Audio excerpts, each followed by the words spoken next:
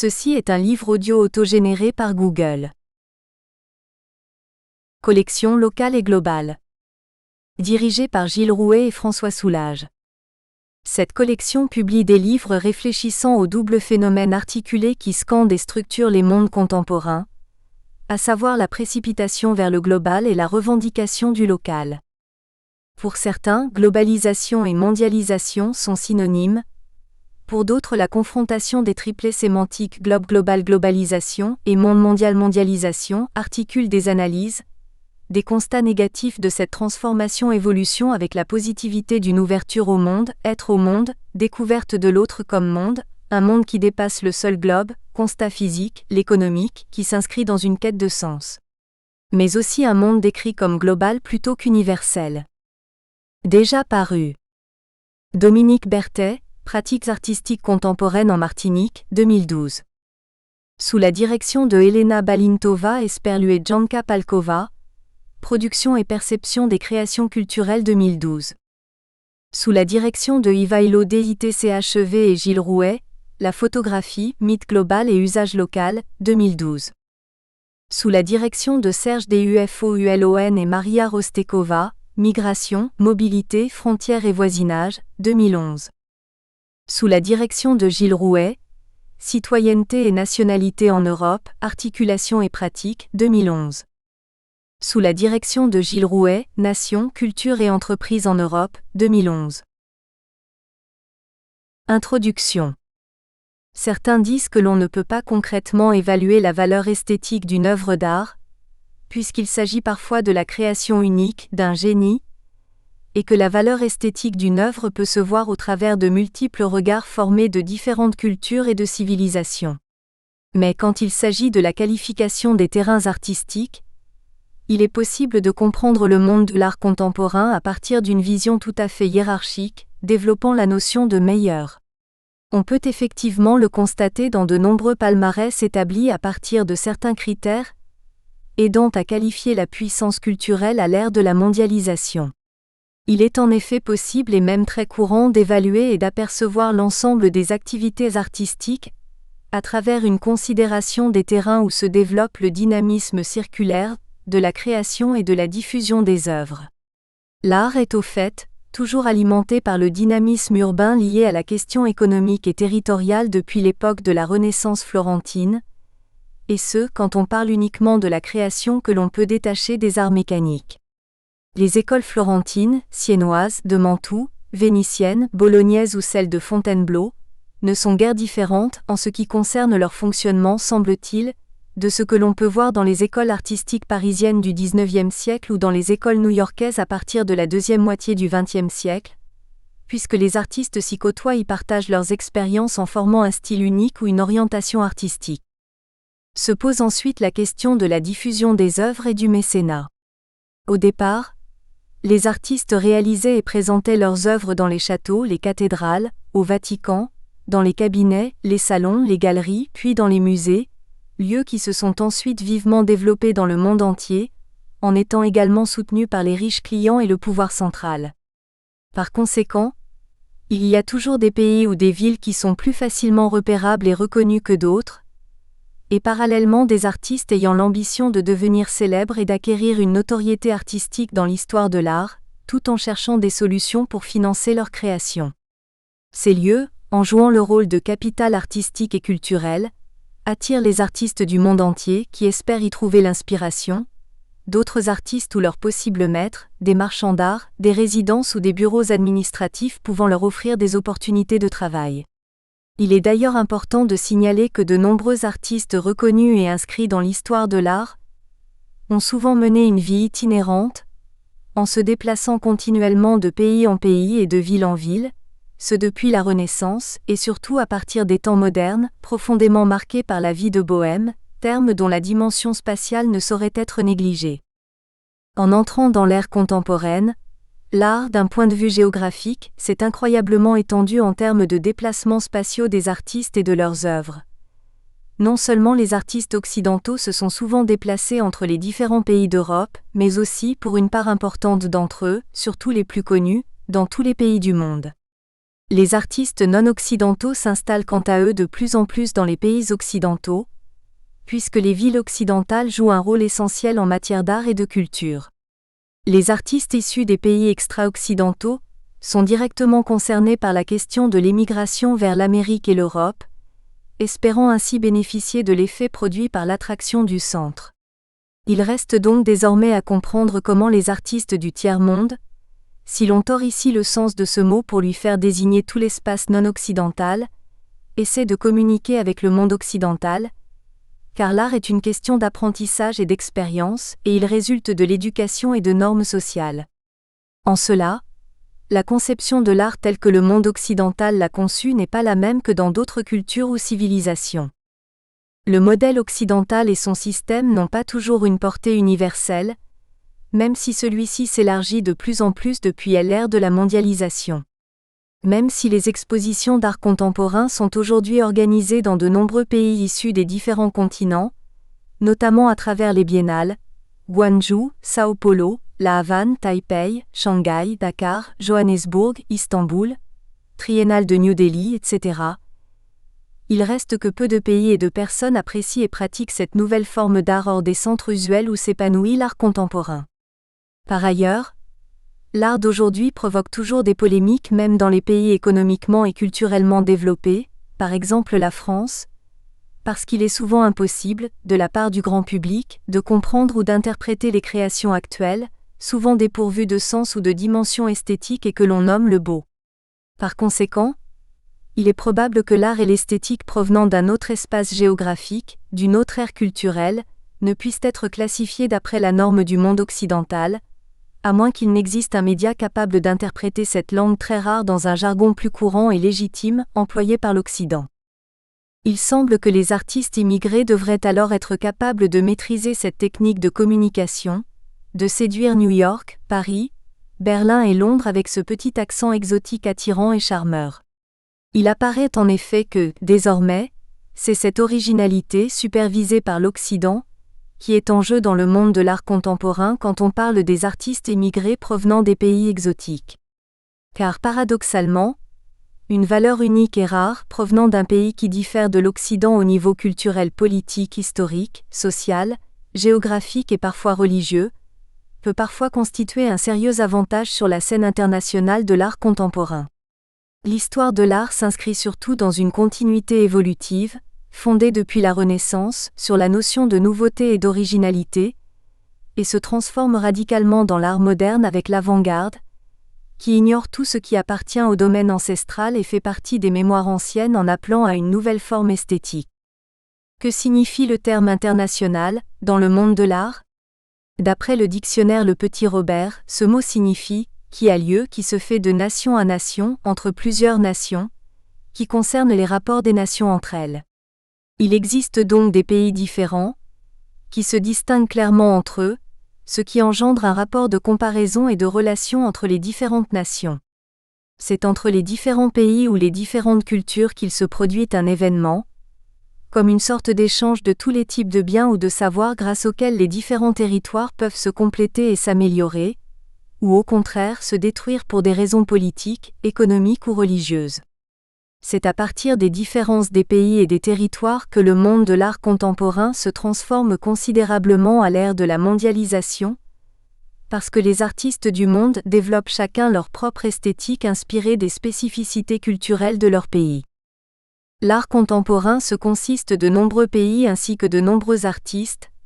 Ceux-ci se déplacent aujourd'hui entre les différents territoires afin d'accéder à une bonne visibilité internationale. Certaines villes du monde, telles que New York, Berlin, Londres ou Paris, semblent en effet offrir un terrain plus favorable que d'autres à la création artistique, et de nombreux musées et institutions occidentaux bénéficient d'une notoriété internationale, bien plus développée que pour les structures des pays plus en périphérie. Le rapport hiérarchique se développe donc même au sein de l'espace occidental. Depuis que la capitale de l'art s'est déplacée de Paris à New York au cours des années 1960, et que le monde de l'art s'est inscrit dans une phase internationale, le gouvernement français se demande par exemple quelle place occupent la France et les différents pays en matière de création plastique contemporaine ? En particulier, quel pays joue un rôle leader dans le monde international de l'art ? Afin de répondre à ces questions, Alain Quemin a mené, en 2001, plusieurs enquêtes sur les grandes collections françaises, les collections des musées internationaux, ceux-ci se concentrant essentiellement aux États-Unis et en Europe, Allemagne, Royaume-Uni, Espagne, Pays-Bas, et sur le Kunstkompass, classement international des artistes contemporains établi du point de vue allemand. Ces études montrent que l'art contemporain est sujet à de nombreuses inégalités, si ce n'est conflits, entre les différents pays, et qu'il est devenu le terrain de fortes hégémonies nationales. Les pays occidentaux, particulièrement les États-Unis et l'Europe de l'Ouest, dominent bel et bien, en ce qui concerne les politiques d'achat, les musées et les palmarès mondiaux, alors que la visibilité des artistes issus des pays considérés comme périphériques reste minime. Malgré tout, le rapport Quemin laisse entendre que les pays exotiques sont de plus en plus présents sur la scène internationale, par leur nombre, lors des manifestations artistiques comme la Biennale de Gwangju, de Taipei, etc., de ces acteurs par exemple Yuko Asagawa, commissaire général de la Biennale d'Istanbul en 2003 et de celle de Sharia en 2014, et de ces artistes, notamment asiatiques. Depuis quelques années, Asie, et la Chine en particulier, bénéficient d'un mouvement de mode dans le monde de l'art contemporain. L'exotisme est alors bien souvent plus apparent que réel, et d'aucuns ne manquent pas de le mettre en scène car il constitue pour eux une source de légitimité. Si les paramètres économiques, géographiques, historiques et politiques sont des facteurs fréquemment invoqués, car ils permettent de déterminer la visibilité des territoires de l'art contemporain, il est intéressant de se demander si la question de l'exotisme d'un pays entre en ligne de compte pour ceux se trouvant en périphérie de la scène internationale de l'art contemporain. Si cette idée d'exotisme, engendrée par l'hyperempirisme des médias, permet aux pays occidentaux de comprendre et d'accorder une valeur esthétique aux œuvres provenant des territoires étrangers et lointains, il n'est pas impossible d'envisager que ce nouveau mode de consommation artistique constitue un critère important dans le monde de l'art contemporain d'aujourd'hui. Catherine Grenier dit notamment à ce sujet. Les études postcoloniales qui se sont développées depuis les années 1980 ont engagé une critique de l'histoire de l'art occidentalo-centrée et entraîné la revalorisation des formes d'art pratiquées dans les pays non occidentaux comme dans les espaces jugés périphériques. C'est pourquoi il est aujourd'hui primordial d'étudier ces nouvelles démarches esthétiques, fondées sur le pluralisme, qui fonctionnent comme un outil de communication entre l'Occident et le reste du monde, et qui pourraient se traduire comme appartenant à la culture populaire fortement influencée par les médias. On se demande finalement si les artistes non occidentaux n'essaieraient pas de valoriser dans leurs œuvres la diversité et le relativisme culturel, afin de mieux communiquer avec l'espace du pouvoir que représente l'Occident, et d'acquérir une reconnaissance artistique auprès des institutions internationalement renommées, du marché de l'art et des événements manifestations internationales qui ont lieu principalement aux États-Unis et en Europe de l'Ouest. À partir de toutes ces réflexions, ce livre propose des études comparatives et analytiques entre les différents territoires de l'art contemporain, marqués par un rapport hiérarchique depuis l'ère de la mondialisation.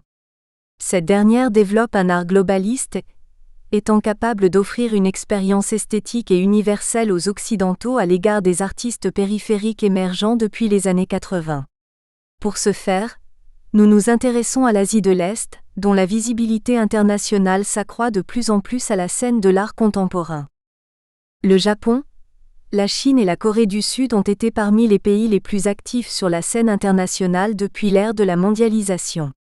Les artistes japonais ont en effet d'abord joué un rôle important sur la scène internationale de l'art contemporain depuis les années 50, notamment à travers leurs propres mouvements artistiques, avec par exemple les groupes d'artistes du Gutai ou le Monoa.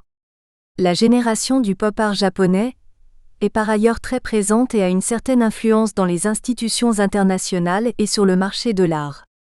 Concernant la Corée du Sud, on retient Nam June-paik comme une grande figure emblématique de l'art contemporain en tant que fondateur de l'art vidéo, ainsi que Jeon So-cheon, Kang Ik-jung et Lee Bull qui ont obtenu des mentions spéciales dans les années 90 lors de la Biennale de Venise.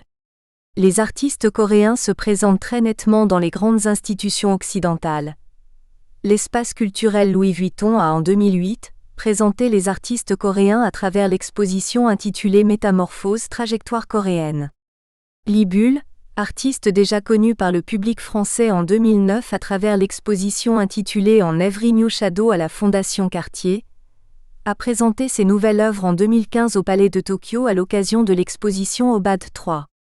Lee Ufan a ensuite été invité, en 2015, au château de Versailles pour son exposition personnelle. Vivant actuellement en Allemagne, Yang Gag a présenté son œuvre intitulée Lingering News au Centre Pompidou. Quant à la Chine, qui a connu une grande expansion économique à partir des années 90 et qui dépasse aujourd'hui le niveau économique japonais, elle compte dorénavant de très nombreux artistes rencontrant un succès incontestable sur la scène internationale et sur le marché de l'art comme Cai Guoqiang, Ai Weiwei, Zhang Yuan, Zheng Fanzi, Yue Mingjin, Zhang Xiaogang, Mu Boyan et bien d'autres. Ces trois pays présentent ainsi de nombreux points communs, non seulement d'un point de vue géographique, politique et historique, mais aussi culturel. Il s'agit en effet d'une communauté de pays situés en Asie de l'Est, qui ont tous adopté à un moment de leur histoire le bouddhisme et le confucianisme comme pensée philosophique et religieuse, tout comme le christianisme est devenu la religion officielle de l'Empire romain puis celle de l'Europe. Les pratiques artistiques traditionnelles de ces pays consistent ainsi essentiellement à utiliser du papier de riz, de l'encre de Chine et un pinceau à la vif fabriqué pour tracer des traits et des lignes. Les pays d'Asie de l'Est partagent depuis longtemps les mêmes critères esthétiques traditionnels, influencés par la théorie des 6 règles, Liu Fa Walun, inventée par 11e Mai et retouchée par Gu Kaizi au IVe siècle. Le Japon, la Chine et la Corée du Sud, pays économiquement développés et très sensibles aujourd'hui à la mondialisation, sont ainsi semblables sur plusieurs aspects. Au sujet de la création artistique, la seule différence de ces trois pays n'est alors peut-être qu'une simple question de forme et d'apparence matérielle, comme semble le penser Achille Bonito Oliva qui a organisé, en 1995, l'exposition Asiana, Contemporary Art from Far East au Palazzo Vendramin-Calergi dédiée aux artistes japonais, chinois et coréens. Signalons que cet ouvrage se consacre également à la présentation des artistes nord-coréens exilés en Corée du Sud, qui exercent vivement leurs activités artistiques dans de nombreux pays occidentaux avec une esthétique singulière. Nous allons en effet présenter des interviews avec les artistes Sunmu et Song Byuk qui développent aujourd'hui une esthétique de nouveau inspirée d'une histoire vécue en Corée du Nord. À travers toutes ces recherches sur les artistes d'Asie de l'Est, qui s'enracinent aujourd'hui de plus en plus dans le réseau international avec la mondialisation, il serait intéressant de chercher à répondre aux questions suivantes. La diversité culturelle constitue-t-elle un nouveau critère esthétique ou n'est-elle qu'une illusion ? Comment cela se traduit-il dans le fonctionnement du monde de l'art, aujourd'hui ? Quel est l'enjeu d'un véritable pluralisme pour la création et la diffusion de l'art contemporain ? Quelle stratégie des institutions, du marché de l'art et des artistes du monde périphérique permettent de pénétrer le réseau international depuis la mondialisation ? Comment les artistes internationaux intègrent-ils et adaptent-ils la diversité culturelle de la mondialisation dans leur propre création ? Que signifie la tolérance de la diversité culturelle vis-à-vis de l'exotisme de pacotille et du pluralisme qui seront d'ailleurs évoqués à de nombreuses reprises ? Cet ouvrage sera donc divisé en 4 parties, selon le processus et les différentes étapes de notre recherche. Commençant par comprendre la considération et l'évolution de la reconnaissance des artistes étrangers depuis le début du XXe siècle, nous nous intéresserons dans la première partie, essentiellement au rapport déséquilibré entre le monde occidental et le monde dit périphérique. Nous allons en effet procéder de nombreuses études sur les territoires de l'art contemporain, dans une démarche empirique et comparative. Cette partie proposera notamment de multiples études analytiques sur les facteurs déterminant la visibilité des terrains artistiques à l'échelle internationale de l'art contemporain. La deuxième partie sera consacrée à de nombreuses études approfondies sur les artistes asiatiques, bénéficiant aujourd'hui d'une visibilité internationale. Afin de dévoiler la spécificité des artistes non occidentaux, nous procéderons à plusieurs études comparatives avec les artistes occidentaux, en utilisant notamment de nombreux supports de communication illustrant le rapport hiérarchique dans le monde de l'art. La troisième partie proposera une analyse des médias qui, d'une part, développe et valorise l'aspect exotique des artistes périphériques, et d'autre part influence leur création. Cette partie sera le noyau de notre intérêt principal se trouvant dans la démonstration de la dimension relative de toute valeur esthétique, engendrée notamment par la recherche d'appréciation et de compréhension. La dernière partie s'intéressera finalement à la vaste question de la liberté créative des artistes non occidentaux, à l'ère de la mondialisation. Partie 1. Évolution de la reconnaissance des artistes étrangers et des territoires de l'art contemporain à l'ère de la mondialisation. Comment et à partir de quel moment les artistes non occidentaux peuvent-ils bénéficier d'un intérêt majeur de la scène internationale ? Quels sont les artistes d'Asie de l'Est, ayant connu ou connaissant encore un succès international dans le monde de l'art contemporain ?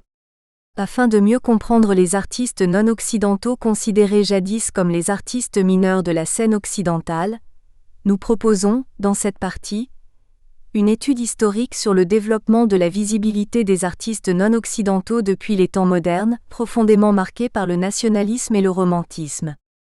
Quant à la question sur les artistes asiatiques, il existe déjà de nombreuses recherches sur le marché de l'art, les collections, les palmarès des artistes, les galeries d'art, les biennales, les foires de l'art contemporain à partir desquelles il est possible de lister les pays d'Asie de l'Est les plus présents à l'échelle internationale ainsi que leurs artistes qui sont aujourd'hui les plus connus.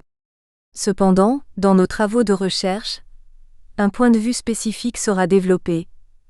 Nous nous intéresserons non seulement aux artistes les plus notoires, mais aussi à ceux d'Asie de l'Est qui ont commencé à présenter leurs travaux sur la scène internationale de l'art contemporain ces dernières années.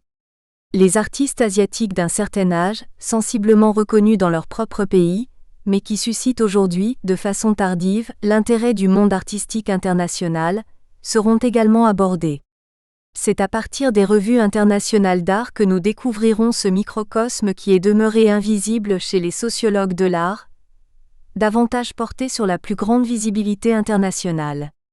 Nous étudierons ainsi Art in America, Art Forum, Flash Art et Art Press à partir de 1971 jusqu'à 2010 afin d'analyser la position globale des pays d'Asie de l'Est à l'échelle mondiale, et voir rétrospectivement comment les expositions considérées comme importantes ont évolué pendant les 4 décennies concernées. Il faut souligner en effet que les revues internationales nous permettent de considérer rétrospectivement l'évolution de nombreux artistes internationaux, ainsi que les territoires de l'art contemporain marqués par les expositions, les manifestations et les événements artistiques et culturels. Nous visons dans cette partie une étude comparative et périodique entre les positions globales des territoires de l'art contemporain mentionnés dans les 4 revues internationales en proposant de multiples analyses empiriques et comparatives entre l'Asie et l'Occident. Car l'exotisme est avant tout une pensée relative et évolutive, qui se situe entre l'idée que l'on se fait du moi et de l'autre, de l'identique et du différent, et qui met généralement l'accent sur les différences entre les individus et les mondes. Chapitre 1. L'émergence des artistes non occidentaux sur la scène internationale. I1. Le changement de paradigme, de national à international.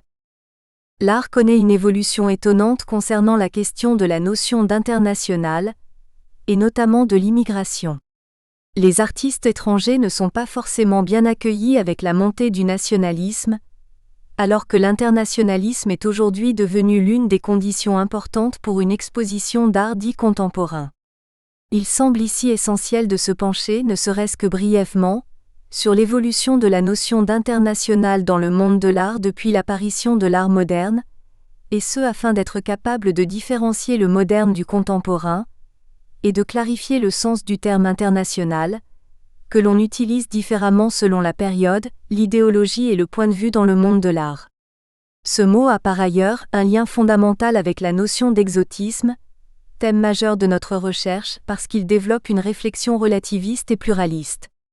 Il apparaît donc intéressant de se pencher sur la manière dont les artistes étrangers se sont intégrés sur la scène artistique occidentale, et d'approfondir comment la notion d'international a évolué depuis l'École de Paris, qui constitue sans aucun doute la première colonie d'artistes composée essentiellement d'artistes étrangers. Dans son ouvrage intitulé Histoire de l'art, une discipline à ses frontières, Éric Michaud souligne le fait que l'histoire de l'art du XIXe siècle a été marquée par le racisme et le nationalisme. faisant rayonner la grandeur de leur nation, de leur peuple et de leur civilisation, les pays européens rivalisaient entre eux afin de démontrer leur supériorité, notamment à travers l'art. Les pays européens considéraient l'artiste comme un génie seulement, si ce dernier était né sur leur propre territoire, et si son origine était limitée à leurs frontières. Cela n'a rien d'étonnant si l'on considère que l'art était aussi concerné par l'idée de nation, car l'Europe ou les pays colonisés par celle-ci étaient toujours sous l'influence forte du romantisme, mouvement libéral d'indépendance. Appartenant à la période moderne, le nationalisme a poursuivi son chemin en France. Les artistes étrangers y sont reconnus tout comme les artistes français, si leurs œuvres ont été réalisées sur la terre de France. Cependant, plusieurs personnages ont conservé une position plus radicale à l'égard des artistes immigrés.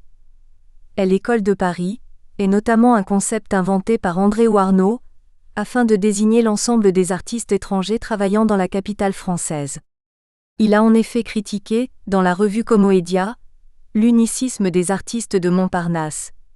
Que tous travaillaient dans le même sens devient pour eux la meilleure preuve de l'abâtardissement de la culture française et de son art.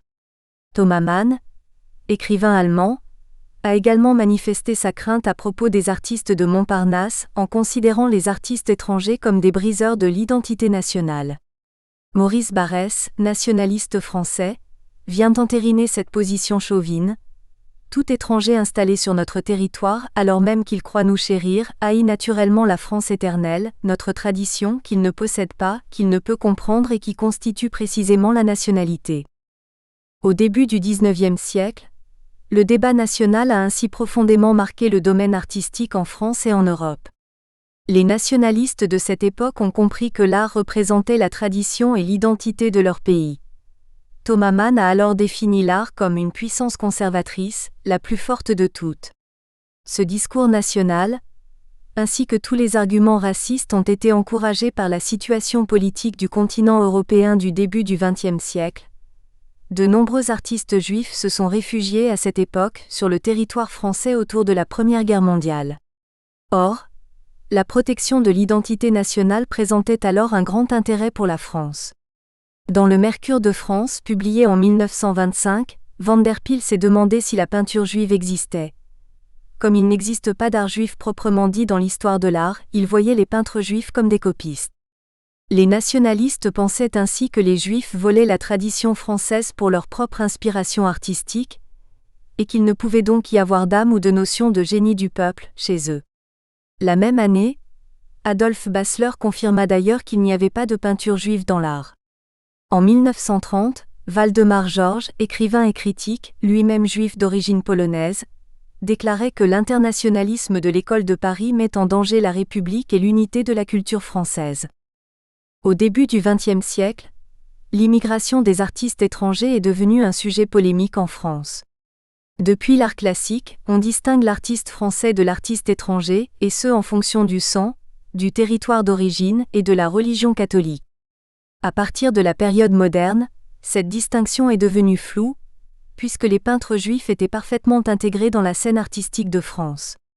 Il est intéressant en effet, de savoir comment l'on peut considérer les artistes de l'École de Paris, qui précisément, mettent en cause les caractères et les aspirations ethniques de l'art français. Car il est aussi incontestable que ces artistes ont plus que contribué au développement de l'art français, à travers plusieurs peintres représentants du modernisme comme Chagall, Modigliani, Passin, etc.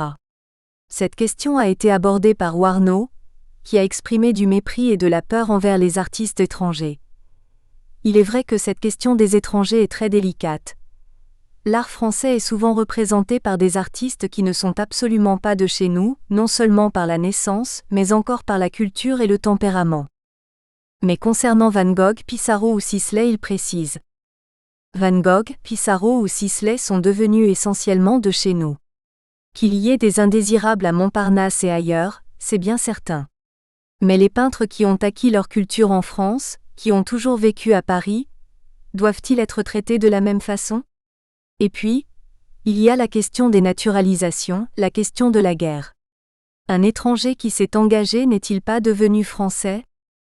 Comme de grands artistes produisaient leurs créations en France, Warnaud a voulu savoir si les artistes étrangers méritaient de représenter l'art français. À partir du début du XXe siècle, on s'est alors intéressé au lieu d'où émergeait la nouvelle énergie artistique. Jusqu'à la fin du XIXe siècle, les nationalistes ont refusé de reconnaître le fait que les artistes immigrés pouvaient représenter l'art français, alors que de nombreux artistes étrangers représentaient déjà ce dernier sur la scène internationale. L'École de Paris est donc finalement devenue une valeur nationale, surtout parce que ces artistes ont très largement influencé le monde artistique en Occident. Ainsi, la France se souvient en effet que Van Gogh, Picasso, Pissarro et Sisley ont évolué à Montmartre, là où de nombreuses conditions favorables ont fourni la création artistique. La reconnaissance artistique de l'École de Paris a certainement débuté à partir des années 1920. Lorsque les nationalistes exprimaient leurs craintes envers cette micro-société, largement fondée par des artistes juifs, il y eut des marchands, des écrivains, des galeristes et de nombreux intellectuels de l'époque qui devinrent passionnés par la nouvelle esthétique de Montparnasse. Guillaume Apollinaire disait ainsi que on trouve maintenant les vrais artistes à Montparnasse. Cependant, c'est seulement à partir des années 40 que cette école est devenue un phénomène international, en passant par les États-Unis. Dans son ouvrage Existe-t-il un art juif ? Publié en 2006, Dominique Jaracé remarque que l'internationalisme a largement primé sur l'ethnicisme, dans l'art, et que les Américains s'intéressaient vivement à l'École de Paris dans les années 40. Jaracé s'est aussi interrogé sur les artistes immigrés à Paris et à New York dans les années 20 et 30, et à qui on a imposé un art identitaire ou national, alors que leurs idéaux étaient internationalistes. L'enjeu est désormais la création d'un art universel ou au moins international, capable de remplacer ou détrôner l'art parisien. Lorsque la France s'est mise à lancer de nombreux débats sur l'identité artistique des artistes étrangers, les artistes juifs new-yorkais ont consolidé l'internationalisme. Jacob Epstein, jeune artiste juif, a refusé d'utiliser l'expression « art du ghetto », puisque cette dernière soulevait encore la question de la couleur et de l'identité. Il a ainsi déclaré « Cette dangereuse théorie raciale en art devrait être bannie à jamais ». Adolphe Gottlieb, artiste réfugié à New York vers 1935, a également partagé cette opinion. L'idée d'être un soi-disant artiste juif est comme être un juif professionnel. Je crois que l'art est international, et il devrait être au-dessus de toutes les frontières raciales, ethniques, religieuses et nationales. Cette idée d'un art sans frontières a pris forme petit à petit aux États-Unis. Quand l'Europe a connu la guerre, New York a accédé à la culture internationale, et a même détrôné peu à peu Paris en attirant à elle les artistes émigrés, et en laissant une grande ouverture à la culture européenne et avant-gardiste. Harold Rosenberg a même annoncé la chute de Paris, dans le Partisan Review en 1940. Selon lui, Paris a été le lieu saint de notre temps, et elles internationales de la culture, jusqu'au début de l'occupation, notamment en accueillant les artistes internationaux. Mais le fascisme était l'ennemi du modernisme, et défendait l'internationalisme.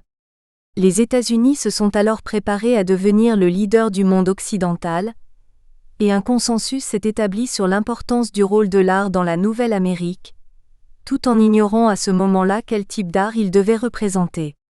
L'État s'est alors vivement engagé dans le développement artistique en organisant des expositions patriotiques, destinées à la promotion et à la vente de l'art américain.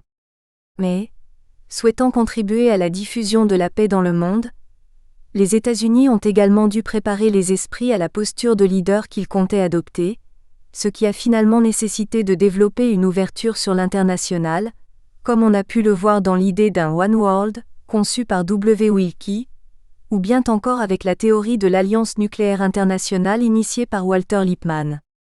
L'art n'a jamais ignoré cette situation politique et New York est alors devenu l'unique endroit au monde, capable grâce à son caractère cosmopolite, de remplacer Paris.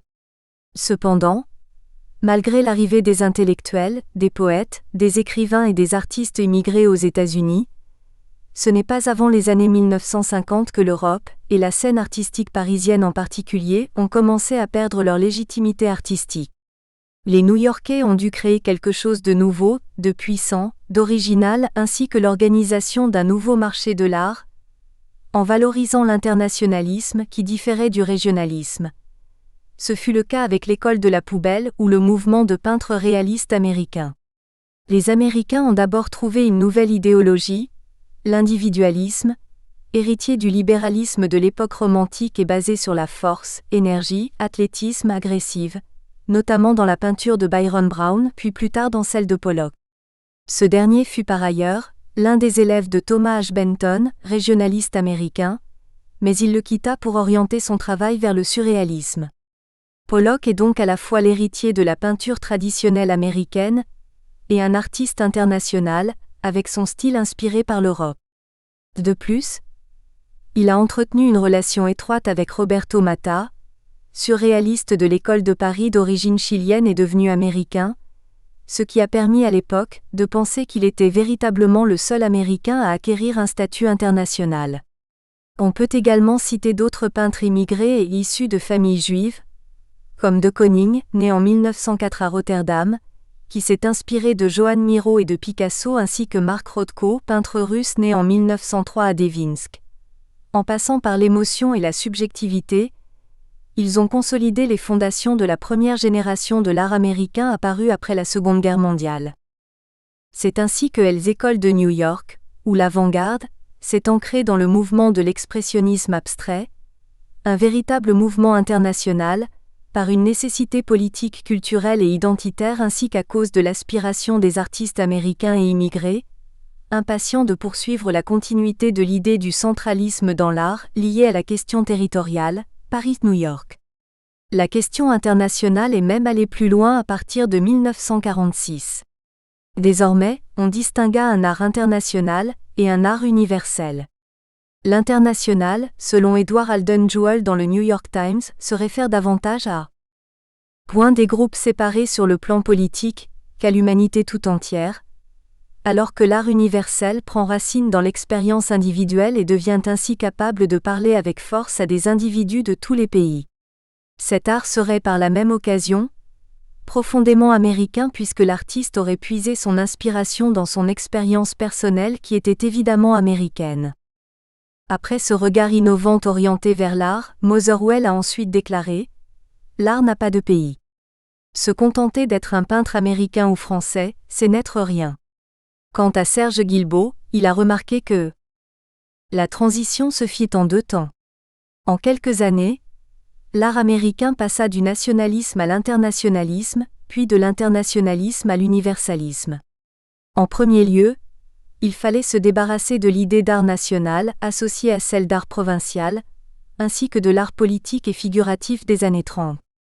Cette idée d'un internationalisme et d'un art universel a prospéré dans une ambiance politique pacifiste, libéralisée et globaliste d'après-guerre sous le mandat du président Truman, qui a participé à la fondation des Nations Unies et a appliqué sa doctrine en votant le plan Marshall.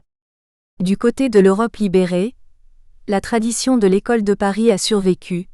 En 1954, la Galerie Charpentier a ainsi présenté une exposition regroupant les artistes de les écoles de Paris.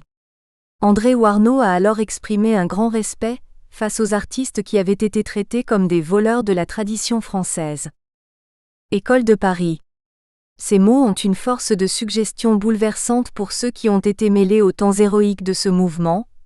Pour moi, qui le premier dans une chronique de Commoedia ait donné à ces 3 mots le sens qu'ils prenaient, marquant le triomphe de la peinture nouvelle. Chaque école a son caractère propre.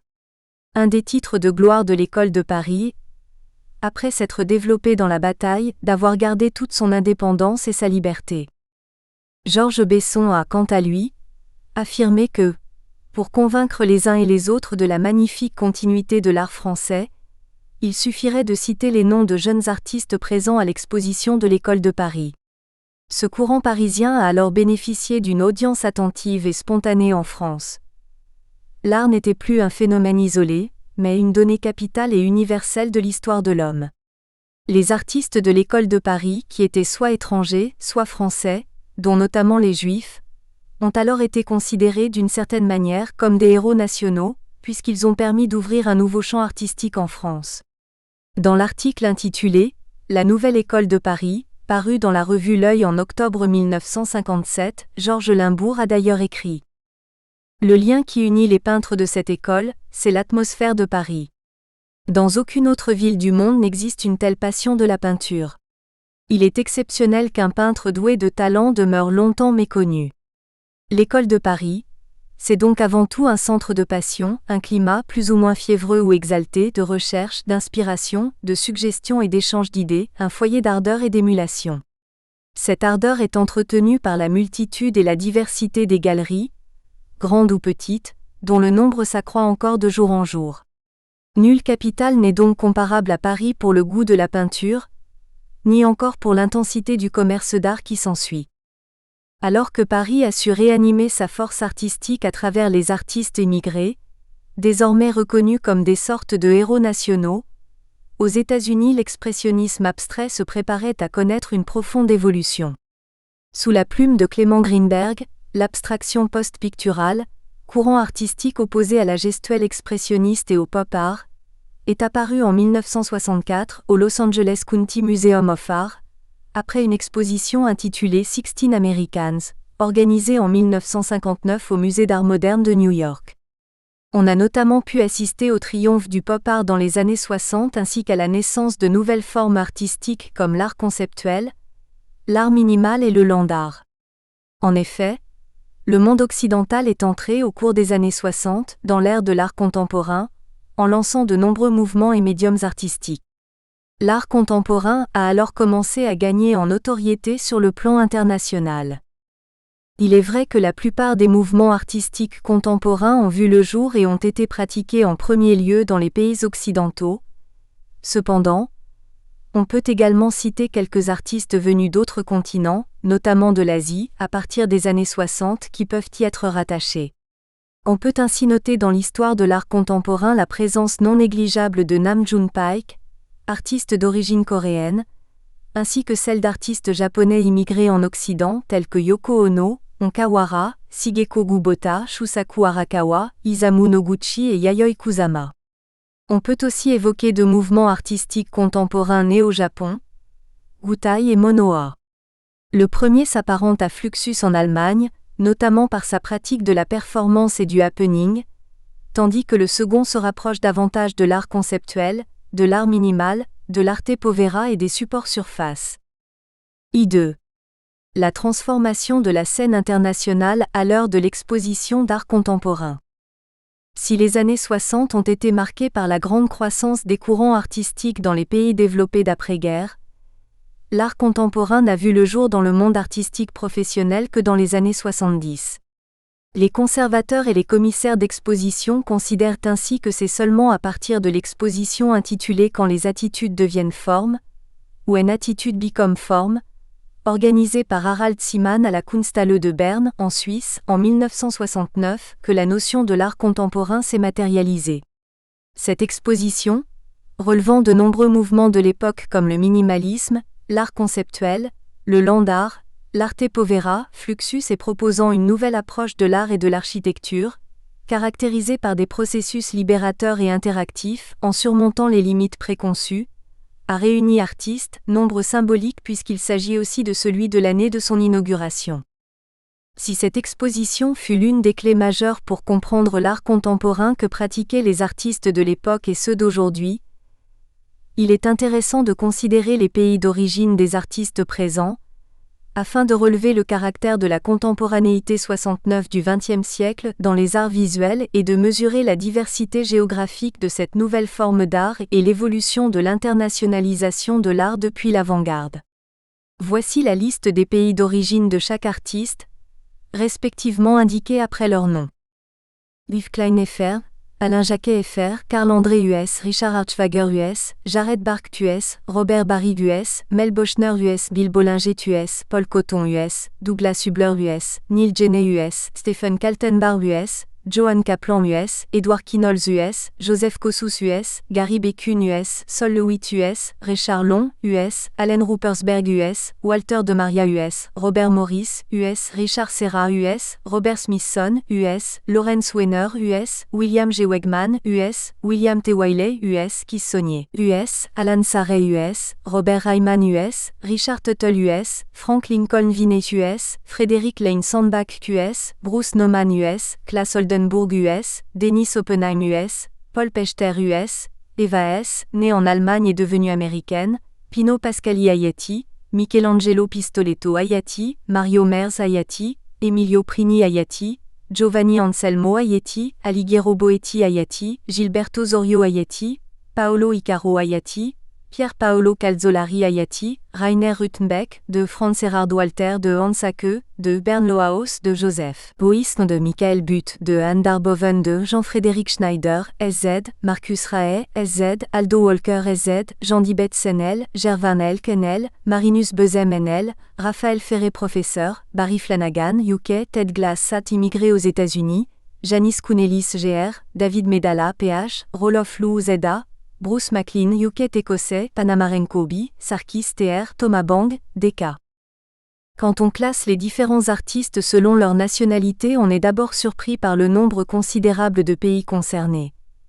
On peut en effet établir une liste comprenant 15 pays tels que les États-Unis, 34 artistes, l'Italie, 9 artistes, l'Allemagne, 8 artistes, la Suisse, 3 artistes, les Pays-Bas, 3 artistes, le Royaume-Uni, 2 artistes, la France, 2 artistes, Autriche, la Belgique, le Danemark, la Grèce, les Philippines, Porto Rico, la Turquie, l'Afrique du Sud, un artiste chacun.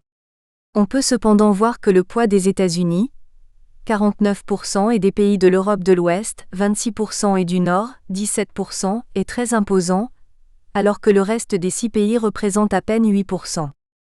L'exposition When Attitude Become Form, moment clé dans le lancement de l'art contemporain, s'est développée en même temps que la constitution de l'art contemporain et en a pris la forme en tant que catégorie dominée par le duopole États-Unis et Europe.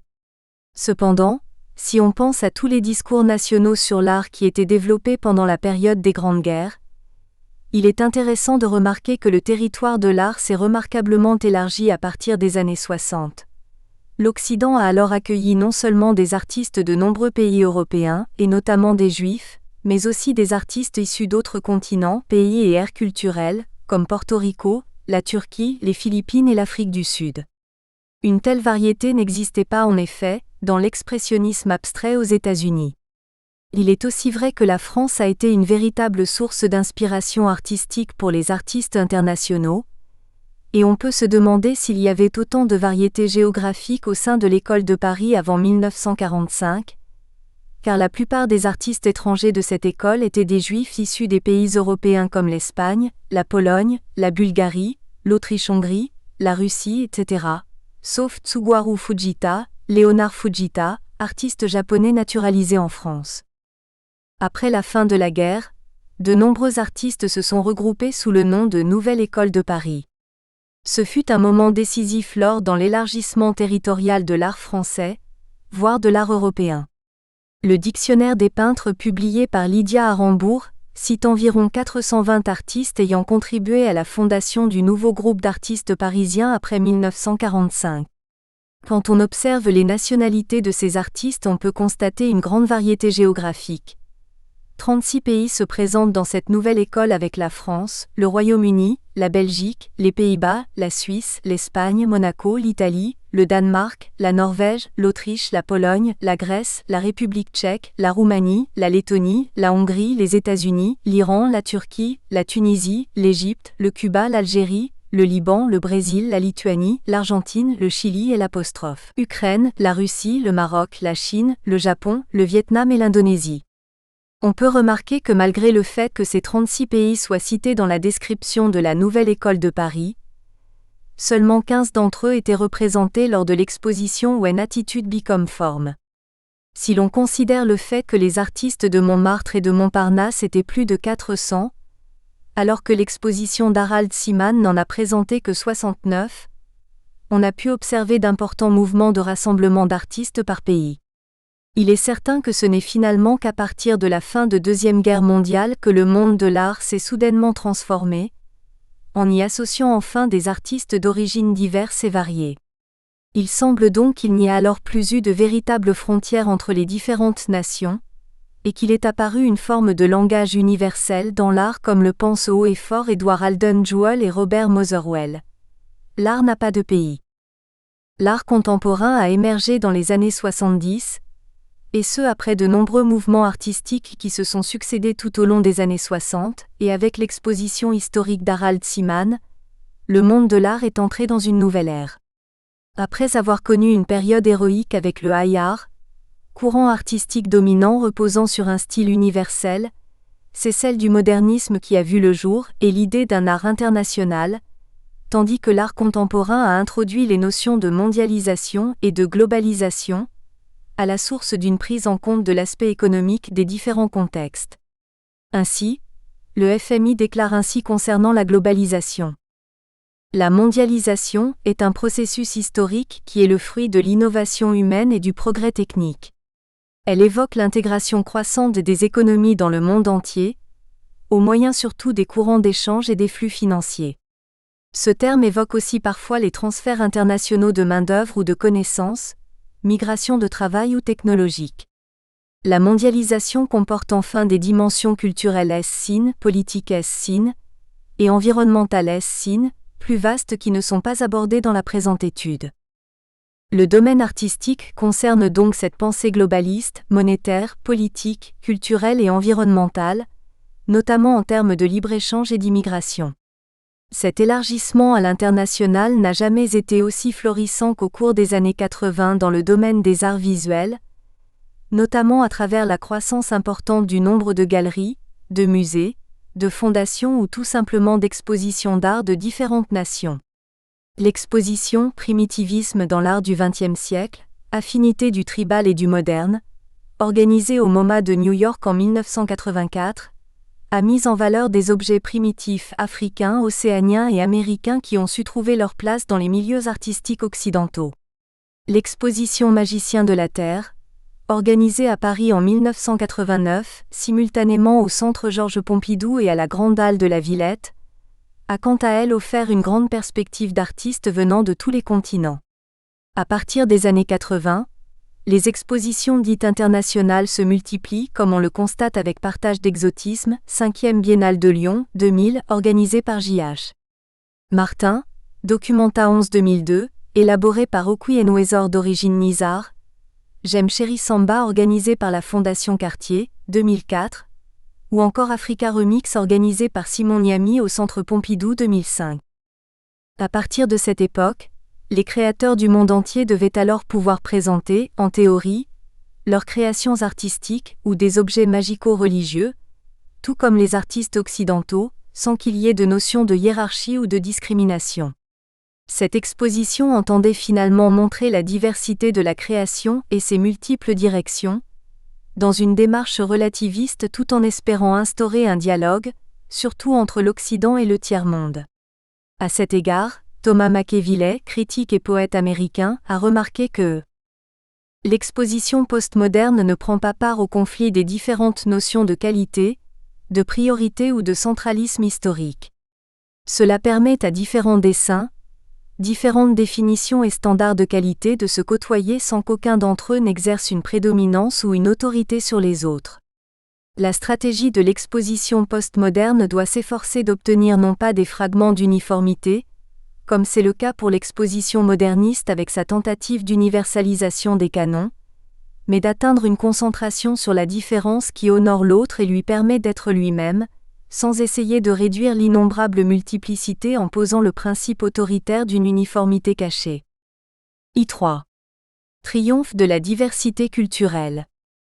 C'est au cours des années 80 que l'idée pluraliste planétaire et l'homogénéisation de la culture semblent s'installer dans le circuit de l'art contemporain, en proposant notamment de renforcer les relations et le dialogue entre les civilisations dans une pensée globaliste universelle.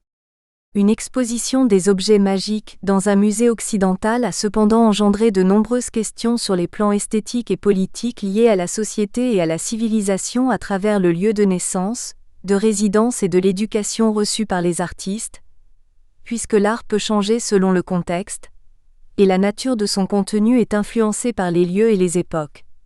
L'art est a priori une question d'apprentissage empirique, comme nous l'avons évoqué précédemment. C'est pourquoi Jean-Hubert Martin, l'auteur de l'exposition Magicien de la Terre, a mis l'accent sur une pensée relativiste, accompagnée par une crainte réelle à l'égard de la pratique de ce type de disposition et de spectacle inédit. Il a rêvé, dès lors, de concevoir une vision horizontale entre les cultures colonisatrices et colonisées, en employant notamment le terme de magie au lieu d'art. Ce commissaire de l'exposition a manifesté son inquiétude par rapport à la différence culturelle. Sans parler de ceux qui pensent toujours que parce que nous possédons une technologie performante, notre culture est supérieure aux autres. Même ceux qui déclarent sans ambages qu'il n'y a pas de différence entre les cultures ont souvent bien du mal à accepter que des œuvres venues du tiers-monde puissent être mises sur un pied d'égalité avec celles de nos avant-gardes. Jean-Hubert Martin a remplacé le terme art par celui de magie afin d'introduire le principe de l'équilibre entre celui qui a colonisé et celui qui était colonisé. Il soulignait que les artistes du tiers-monde, ainsi que l'équipe de sélection présente, possédaient un contact avec l'Occident et sa culture, car la sensibilité du monde occidental est guidée par les critères, l'expérience et les connaissances développées au sein d'une temporalité toute occidentale. Afin d'éviter l'incompréhension de la part du public à l'égard d'objets inhabituels dans une exposition d'art, l'exposition Magicien de la Terre a dû adopter des critères de repérage des œuvres et des artistes, basés, c'est certain, sur le point de vue et le goût occidental. La tâche ne peut réussir que si l'exposition cristallise des tendances, des aspirations, et des sensations latentes en leur donnant forme par la présentation d'œuvres qui fassent la part de l'inconnu et du reconnaissable. Ont ainsi dû être écartées des œuvres dont l'authenticité, redoutable label que les Occidentaux décernent avec circonspection, n'était pas mise en doute mais qui, dans l'état de notre perception et de nos connaissances, de notre goût, eussent été mal comprises ou incomprises. Car pour beaucoup d'œuvres d'autres cultures, une information générale et courante assortie de raisonnements par analogie et déduction en permet une approche. Mais il arrive que le système de signes ne se rapporte à rien de connu, ou que les caractéristiques stylistiques échappent totalement au cadre du goût occidental, quelle que soit son élasticité. Ces œuvres-là sont invisibles. Si une œuvre d'art joue le rôle d'un reflet qui montre le paysage d'un pays ou d'une région, il n'y a pas que l'exposition de Magiciens de la Terre qui pratique ce type de conception culturelle fondée à partir d'une certaine raison qui s'inscrit tout à fait dans une logique. De nombreuses critiques ont été déjà lancées vis-à-vis des expositions dites internationales, à partir de celle de Primitivism in 20th Century Art, Affinity of a Tribal and the Modern organisée en 1985 à MoMA. James Clifford a développé des critiques pertinentes concernant cette manifestation où se côtoient les œuvres occidentales et l'art africain, car celle-ci essaie de contextualiser les productions provenant de l'Afrique en vue d'une compréhension de la part des Occidentaux, tout en s'intéressant au point de vue occidental développé à partir d'une approche anthropologique. Ce type de réflexion est basé sur une croyance que toutes les créations du monde peuvent, quels que soient les lieux et les époques, être comprises par une démarche rationaliste occidentale grâce à une forme et un type fondamental qui fonctionnent comme un langage universel. Au centre de cette réflexion, se trouve le rôle de curateur qui a acquis une technique de l'alchimie qui soit capable de transfigurer tous les objets du monde en une œuvre d'art par le biais de l'exposition, communication très efficace pour le grand public. Mais les critiques d'Yves Michaud contre l'exposition Magicien de la Terre, développée dans son ouvrage L'artiste et les commissaires, sont très pertinentes, puisque cette dernière implique les créations de la Terre entière. La thèse principale de ce livre repose sur l'idée que les commissaires se sont substitués aux artistes pour définir l'art. Les artistes et les œuvres ne sont plus que des prétextes pour faire continuer à tourner le manège du monde de l'art, le monde de l'art qui s'étourdit d'événements, de découvertes renouvelées et de coûts communicationnels. J'ai essayé de montrer comment s'est mis en place et fonctionne un paradigme de perception esthétique qui obéit à l'hyper-empirisme postmoderniste et cherche sans cesse de nouveaux objets, pour une curiosité qui tourne à vide. À la fin des années 80, il remarque ainsi que l'hétérogénéité prend l'apparence d'une homogénéité de la diversité. Pour résumer, il parle d'une culture stéréotypée ou universalisée par les médias. On contemple l'art exotique à travers nos critères, ceux d'un homme blanc occidental, qui permettent de comprendre ou de s'approprier le sens des objets provenant d'une autre culture et d'une autre civilisation. Par exemple, dans la culture aborigène, on croit qu'il existe des légendes, des dieux, des esprits, des ancêtres et on se base sur la mythologie. Mais tous ces éléments ne présentent de l'intérêt pour l'Occident qu'à travers le regard des médias, puisque l'objet exotique est tout sauf un spectacle dans sa culture d'origine. Yves Michaud emploie d'ailleurs l'expression d'exotisme de pacotille pour dénoncer le comportement du monde occidental qui ne perçoit la culture des autres que comme un spectacle. Il s'agit d'être local, authentique, national, mais en même temps abordable et reconnaissable. Il s'agit d'être ce que les touristes appellent « typique ». Soulignons ici que la problématique liée à l'exotisme pacotille et au tourisme culturel, réduisant à une suite de clichés le véritable paysage du monde, a été déjà pensée au début du XXe siècle par Victor Ségalen, 1878 à 1919, connu comme médecin, romancier, poète, ethnographe, sinologue et archéologue français. Il est notamment connu pour ses 2 expéditions archéologiques effectuées en 1909 et en 1914 en Chine. Pendant ces périodes, il développa sa réflexion sur l'exotisme, à laquelle on peut accéder grâce à l'ouvrage posthume Essai sur l'exotisme. Pour cet écrivain occidental, l'exotisme est d'abord une question, une saveur, une esthétique ou une perception du divers. Il s'agit en effet d'une puissance permettant de concevoir les autres tels qu'ils sont, à partir d'un regard extérieur. Après ce choix de respect vis-à-vis d'une culture étrangère, il refusa et dénigra la consommation culturelle produite par l'industrie du tourisme, en attribuant un sens important à l'exotisme considéré selon lui, la réaction vive et curieuse au choc d'une individualité forte contre une objectivité dont elle perçoit de déguste la distance. Pour lui, le tourisme représenté par les médias aboutit certes à une compréhension rationnelle, mais en diminuant l'exotisme des pays de manière grossière et utilitaire, alors que l'exotisme est un état insaisissable et incompréhensible et doit en cela bénéficier d'une immense liberté de définition. Le tourisme est finalement une mauvaise attitude exotique, alors que l'exotisme est une source d'énergie, mentale, esthétique ou physique qui réussit par sa force à dépasser toute idée de colonial. C'est précisément cette mauvaise attitude exotique, qui réduit et enferme la vie des autres dans un codage universel, à laquelle nous nous intéresserons. Soulignons que l'industrie du tourisme, qui traduit le monde en une image typique, s'est incroyablement développée à l'ère contemporaine grâce au progrès technique. La culture typique est fondée par le mass media, qui a créé des codes spécifiques permettant de distinguer un endroit d'un autre sur la carte du tourisme international. Les spectateurs ne sont pas capables de comprendre les cultures étrangères, et les médias appellent à l'universalité esthétique, code international permettant à tous d'accéder aux œuvres, ainsi que de rationaliser tous les phénomènes culturels à travers notre filtre culturel. Le public, averti ou non, peut tenter de trouver la signification de ces nouveaux objets provenant d'un monde lointain. Mais cette tentative de rationalisation se base sur nos connaissances établies par les médias. Nous tentons d'interpréter des œuvres exotiques, mais cette tentative de recherche du sens s'inscrit également dans nos critères, puisque l'on rationalise le monde à travers notre propre vision, notre vécu, nos connaissances et nos références culturelles et historiques. Il s'agit en effet d'esthétiser la culture du monde selon notre goût. L'art ne peut donc pas être rationalisé, puisque l'on interprète des œuvres avec une connaissance empirique, et donc intrinsèquement limitée. Yves Michaud remarque d'ailleurs que l'esthétisation des objets dans des expositions internationales constitue un pur mensonge, le mensonge de l'inintelligibilité accessible.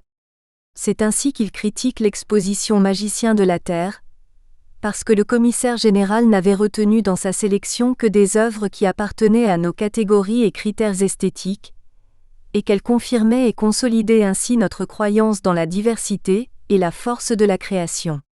Il récuse finalement la tolérance postmoderne qui prétend être ouverte à tous alors que le dogmatisme reste évidemment présent, puisque c'est bien le point de vue qui légifère la valeur d'une chose. L'universalité esthétique devient alors un objectif essentiel, mais idéal, pour le commissaire d'exposition, qui contribue activement au développement industriel et au spectacle des drapeaux du monde, pour porter haut leurs différentes couleurs. Malgré tout, Les notions d'exotisme de pacotille et des hyper-empirismes postmodernistes, développés à la fin des années 80, persistent encore aujourd'hui. En 2007, Yves Michaud remarque que la mondialisation n'a fait que progresser et que la proposition de magicien de la Terre s'est banalisée dans le monde actuel. Il va de soi qu'une exposition d'art international doit absolument compter désormais des artistes chinois, australiens, indiens, africains. Certaines manifestations internationales comme les biennales ou les triennales jouent systématiquement cette carte. Les années 80 ont constitué une période de croisement entre l'épanouissement des médias et le développement des idéologies politiques et sociales liées à la mondialisation, qui ont entraîné des questions sur l'immigration, le marché et la culture.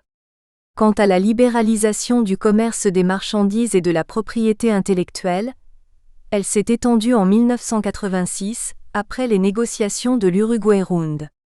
La Commission européenne a ensuite réagi face à la demande d'ouverture sur le monde du marché cinématographique et audiovisuel proposée par le GATT, General Agreement on Tariffs and Trade, ce qui a finalement nécessité l'instauration, en 1993, de la notion d'exception et de diversité culturelle, définitivement adoptée par l'UNESCO en 2001. La mondialisation, évoquant parfois les transferts internationaux de main-d'œuvre ou de connaissances, développe en effet, selon le FMI, un système transnational qui renforce les liens entre les personnes, les communautés et les sociétés à travers des échanges, des relations et des pratiques transfrontalières. Lors de la crise économique des années 80, consécutive du deuxième choc pétrolier, une réelle vague identitaire a émergé avec la nouvelle génération des populations immigrées.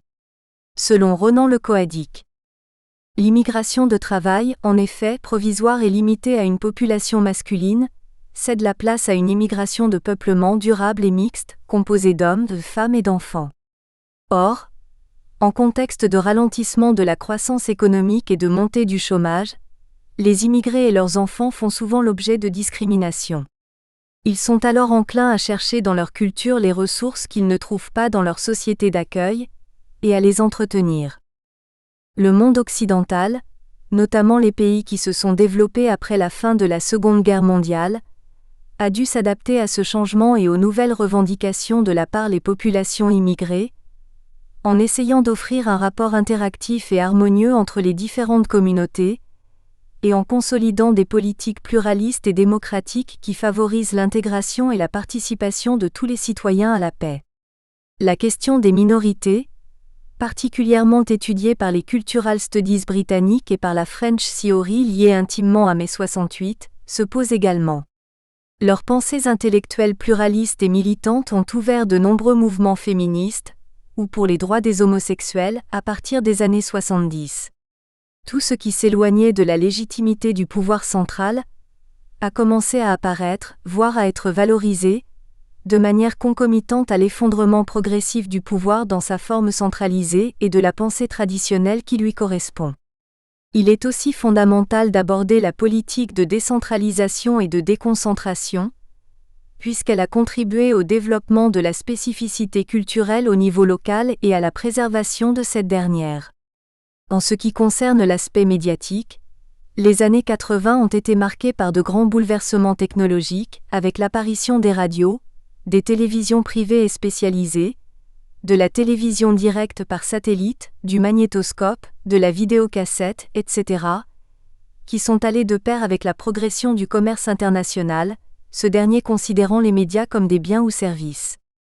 En 1990, la télévision par câble est apparue en France et les satellites de la deuxième génération, destinés aux services téléphoniques, télévisuels et à la téléinformatique ont été préparés puis lancés sur orbite au même moment pour les États-Unis, l'Europe et le Japon.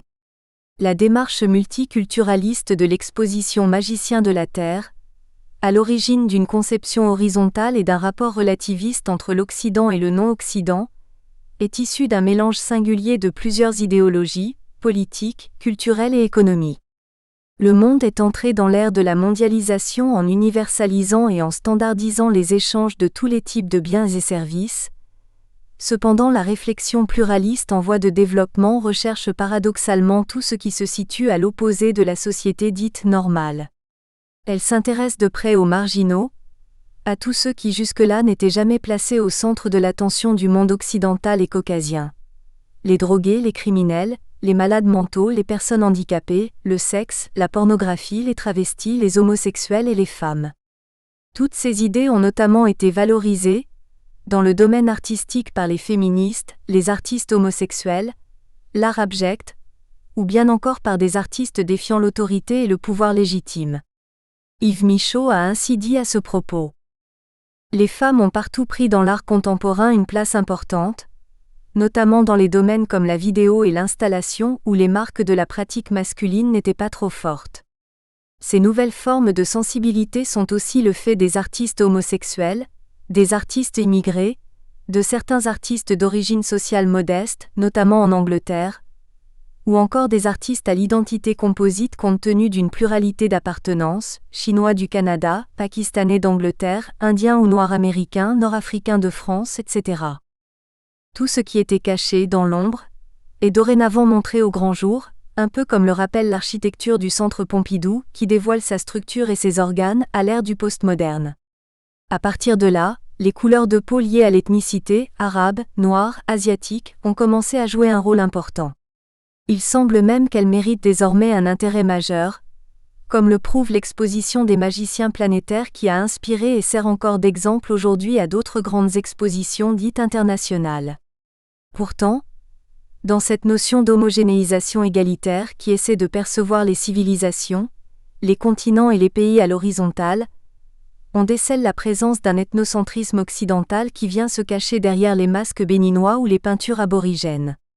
En effet, on pourrait même penser que les artistes non-occidentaux profitent de ce type de sélection, en offrant aux galeries quelque chose de typique, qui pourrait représenter leur pays selon nos critères, c'est-à-dire selon les critères occidentaux, puisque l'art contemporain est né et reste dominé par certains pays occidentaux.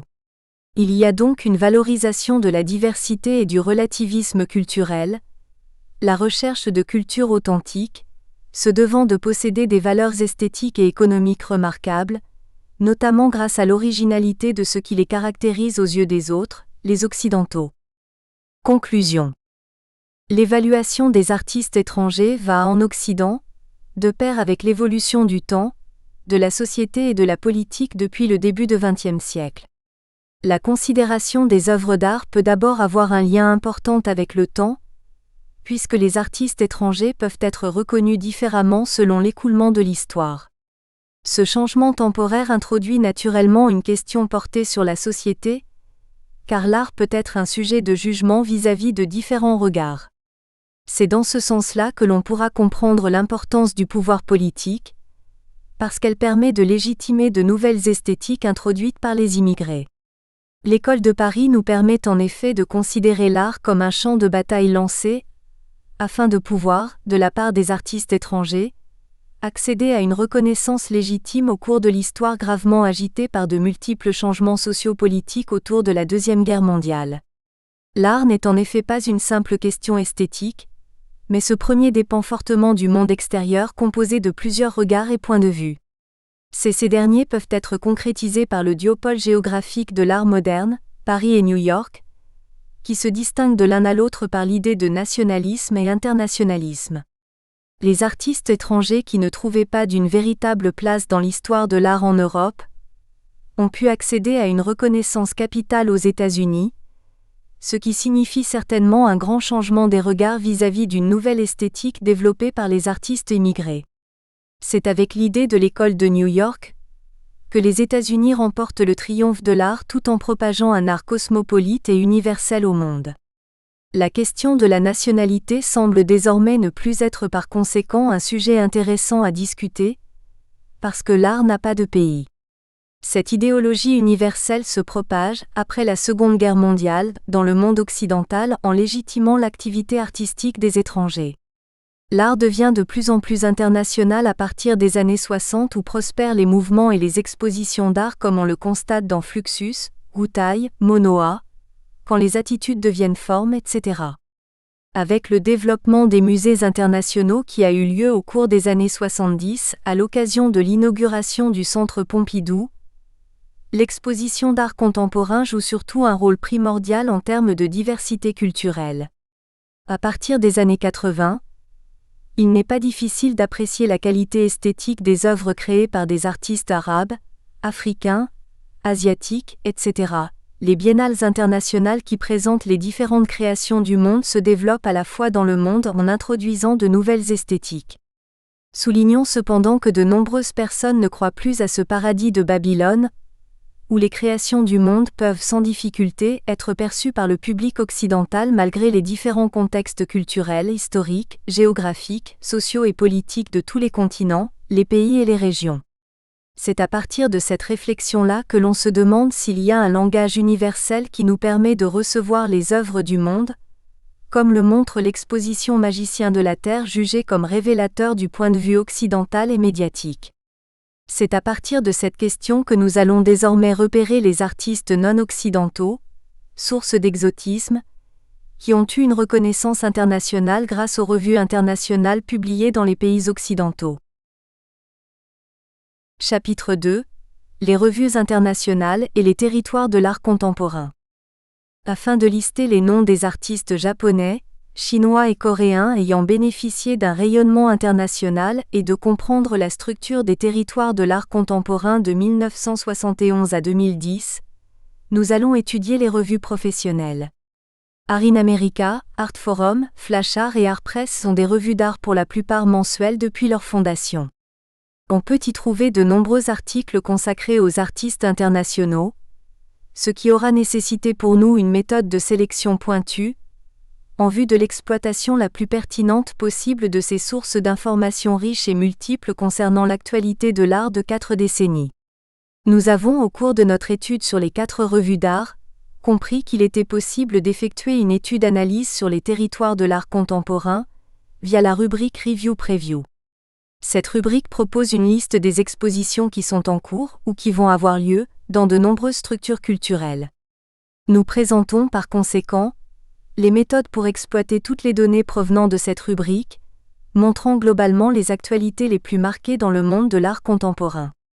À partir de la précision des lieux d'exposition donnés par nos 4 revues d'art, nous envisageons en effet d'établir de nombreux classements des territoires de l'art contemporain, en cherchant à savoir comment se construit une hiérarchie dans le monde de l'art contemporain.